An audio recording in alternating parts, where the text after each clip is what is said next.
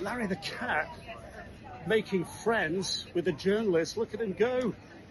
Yeah, Larry the cat's quite brave, actually. I've seen him chase foxes up this street, Downing Street here. I've seen him fight with the Foreign Office cat when he was here. He doesn't actually belong to the Prime Minister. In fact, he's seen off 5 Prime Ministers. He belongs to the staff at 10 Downing Street, and his official title is Chief Mouser. And yes, I have seen him here chase a mouse up the street before, chase birds, chase anything that moves, come look at journalists, walk between your legs, be a distraction, lie in the sun, scratch himself, run up to the front door, wait for somebody to let him in. Larry is, in a word, pampered.